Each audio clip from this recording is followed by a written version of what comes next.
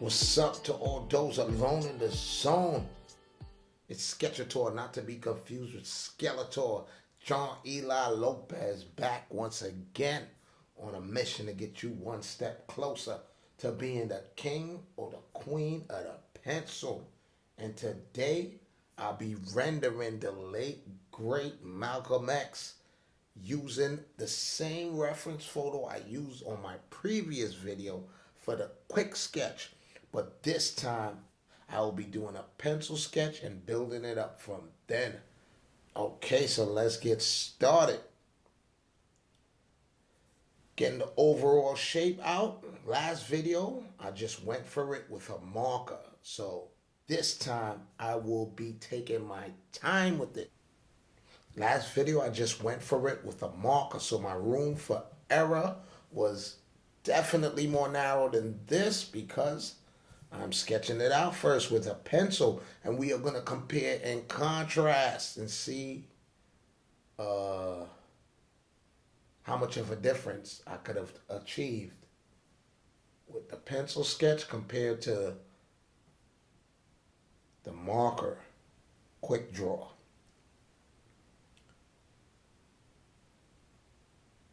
And of course, with this pencil sketch, I'm building it up and I'm using an eraser. So, if I was a betting man, of course, I'm going to bet that the pencil sketch is a little more accurate than the marker. But they're both for different skill building purposes. You get more time, of course, to think with the pencil.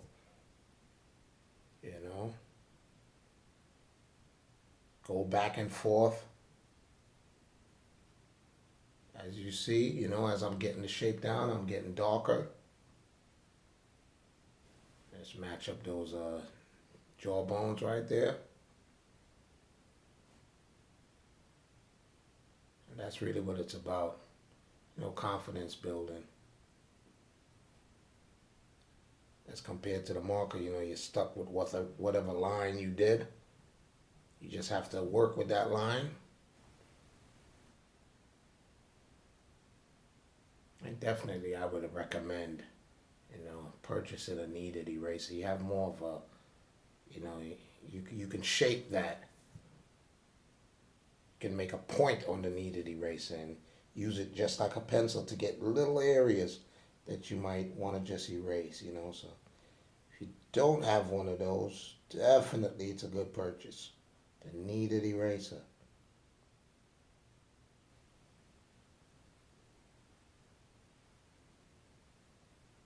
So, once I was happy with my positioning of the nose, the lips, and eyes, and all of that, the glasses and hairline, then now we starting to just get that shading going and building that up.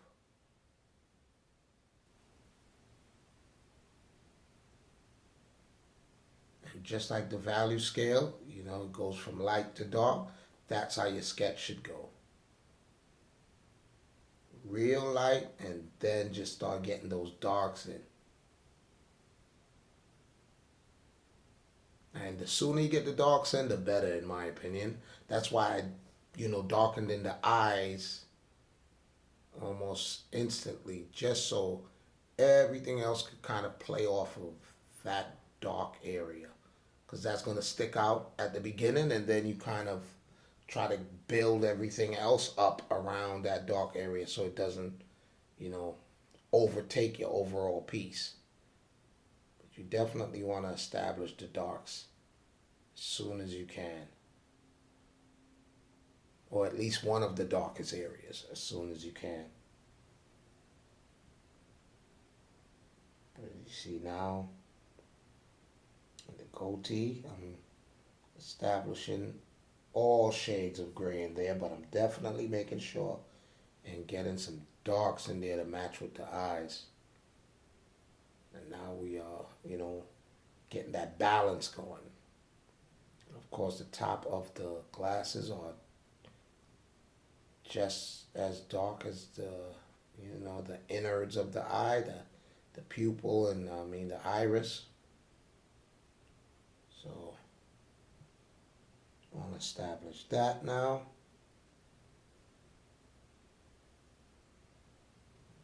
And I want to make sure I do these videos back to back because it definitely is a good exercise to do. And if you're working off a reference, you know, either you do the rendering first and then you try a quick draw and see how good you are when the pressure is on, where you can't erase. You know, so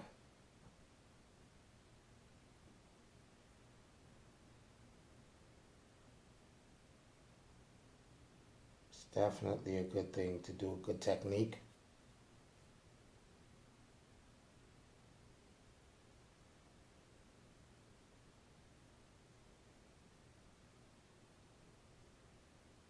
Get those eyebrows in. Shade around the nostrils. Get that a little darker. Let's get that outline going there. Yeah, just tightening little spots here and there. You know, let's get that kneaded eraser in there. And I have a thing for cross hatching here. Of course, you know, the main area is that face, but you know, once you got that going, you don't want to neglect the other areas. So you want to get those stuff in too.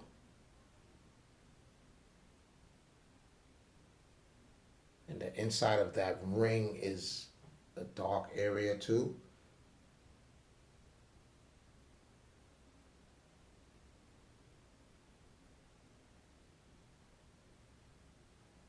And you know, we're all guilty of that. I was just guilty of working on the face. I almost forgot all about the hand, you know, because I was alone in the zone of the face. Get that ear in, starting to get the outline going. And his right ear was not in the reference photo. I had to sketch that in. That's why it's good to constantly be sketching and drawing from real life. And the shading behind the hand there. Getting that little shade in the side the inner fingers right there. That shadow casted. That shadow being casted. And the finger is tricky, you know, get those the lines and the joints of the fingers in.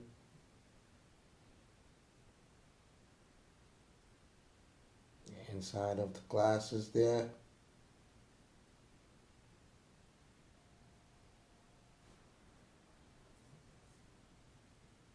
There we go.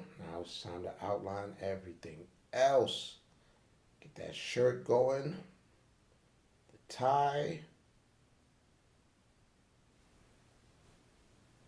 And you know, this is what I call when you get to the stage of everything else.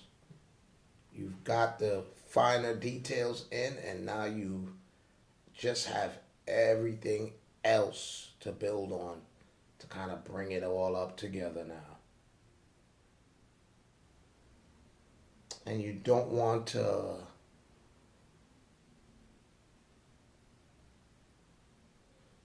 downplay any part. You still want to give, you know, even the non-focal points of the piece the same amount of attention, because if they lack any kind of authenticity, you will take away from your overall piece. So you want to make sure and you respect everything. Even if it's just the tie, you still want to do it the right way to tie everything in. No pun intended. But you want to.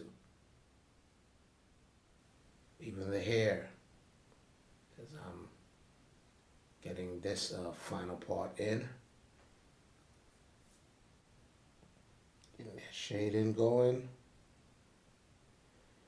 The hairline, tighten some of that up.